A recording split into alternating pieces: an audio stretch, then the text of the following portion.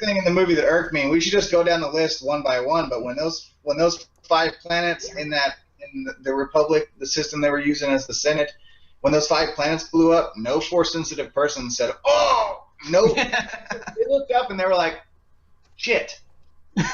By the way, was that Coruscant? Was that Coruscant or was it not? No, it wasn't. It was the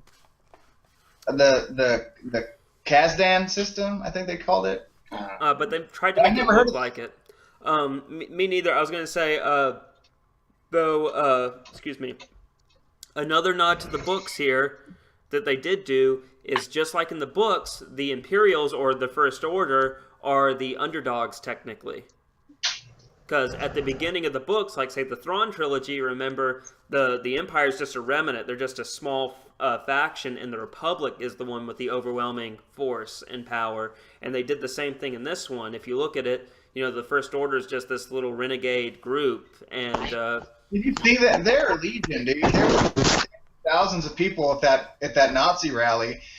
They all died, by the way. Like, they don't talk about that. Those people were all stolen from their homes as babies. They had No. They're stormtroopers. Their lives don't matter. Well, they had Finn's life mattered. He was a stormtrooper just because. Yeah, but that's because he took his helmet off. Speaking of which, there's another argument right there for why my theory about Rey might be right, is because brainwashing exists in this universe. They've had these people that were programmed and made to believe that their allegiance lies with the First Order, and that might be a good indication that something similar happened to Rey. Or maybe she was a bad guy. Maybe she's actually a dark Jedi or a Sith that was turned over and had her mind erased and was put on a different planet because she was exiled for her crime. That would be a badass twist. But another thing I didn't like about this movie, and you could really tell that a lot of it was cut for time, like all the edits were time-based. Yeah. Captain Phasma, which I really thought she was going to be a badass in this movie. She gets nothing. And Captain Phasma just was wasted in this movie. All right. Captain Phasma was, yeah, she was. She feels like a Boba Fett archetype, though.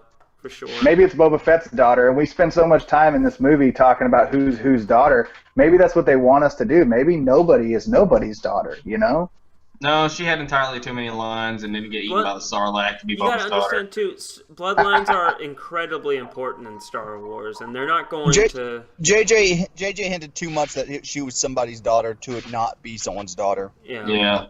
Unless he pulls a Lost and it's just like nothing and it's all been a dream or she's dead or something. Well, realistically speaking, I think it's probably going to turn out that she is Luke's daughter, and she doesn't have any previous training. She is just the subject to the Force Ex Machina plot device.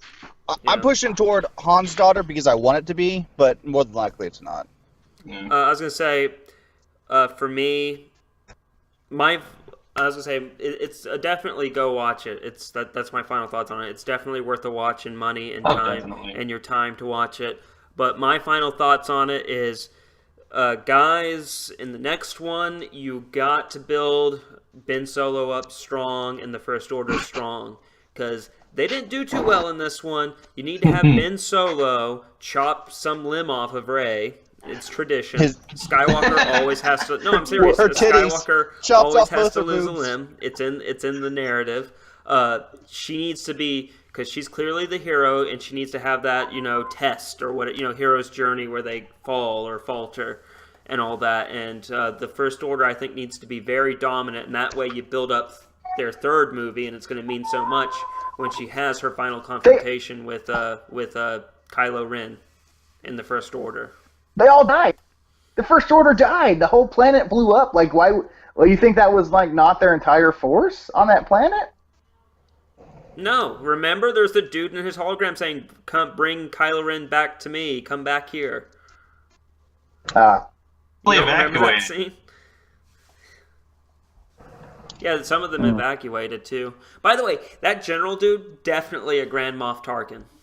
And Kylo Ren actually being like the same. They seem like two assistant managers fighting each other with the store manager. It's like, my method's better. It's like night shift manager and day shift manager fighting. Yeah. That look that General Hex gave Kylo Ren when they had to tell the Grand Emperor that he didn't get the droid because he didn't think that it was necessary anymore. When Kylo Ren had to tell him, that the mind trick wasn't working, and he's like, "Where's the droid?" And Hex was like, "He didn't get it."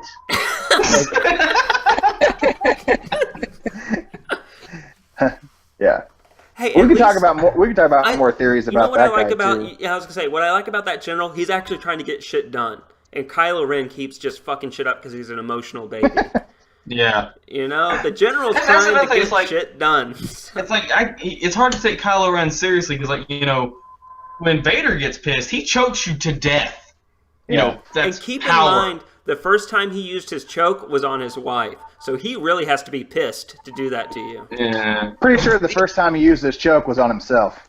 That's how you test it. I'm just saying, as a Darth, not counting the prequels and Anakin's little fucking Hayden Christensen bitchy ass. Just Vader himself. When he gets pissed off, you feel it. You feel the power in it.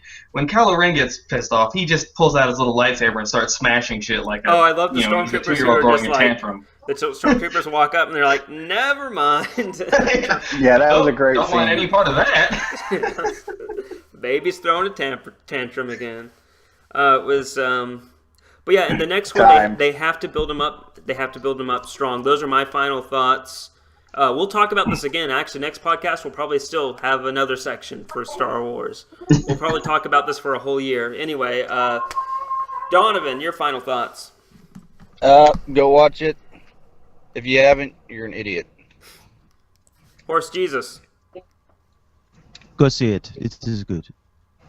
Mr. Zach. It's worth a watch. John Nathan. I think it's way more than worth a watch. I think it's the perfect soft reboot for a franchise that George Lucas was drowning like a baby in the bathtub and neglecting.